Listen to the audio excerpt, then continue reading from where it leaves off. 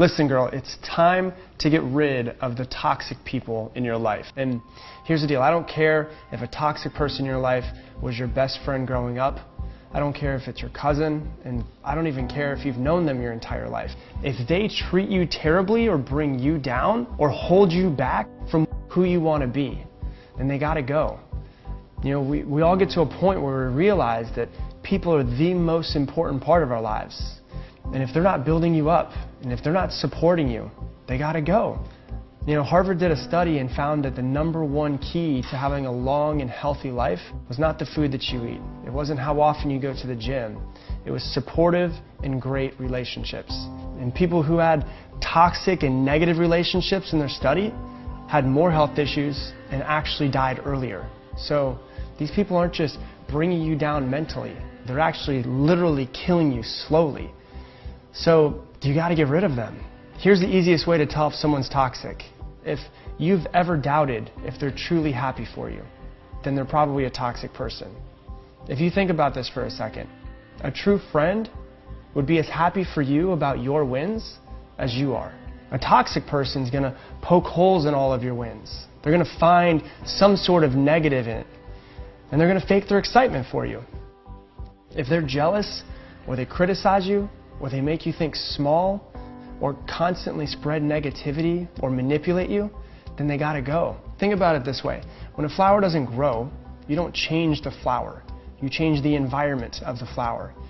You know, you give it more sun, more water, you take care of it more. So if you've had trouble growing, or you've been stuck in a rut, maybe it's not just you. Maybe it's the people that are around you that are holding you back. You need a new environment. They say that you're the average of the 5 people that you spend the most time with. So when you look around, if you don't make a change, that is your future. You know, is that the future that you want? When you're around them or after you hang out with them, how do you feel? Do you feel energized? Do you feel excited?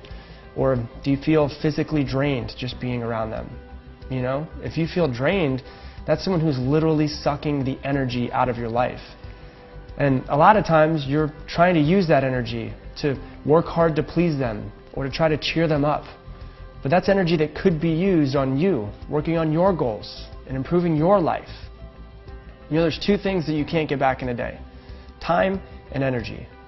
And these people are taking both of them from you. Think about what toxic food does to your body if you were to eat it.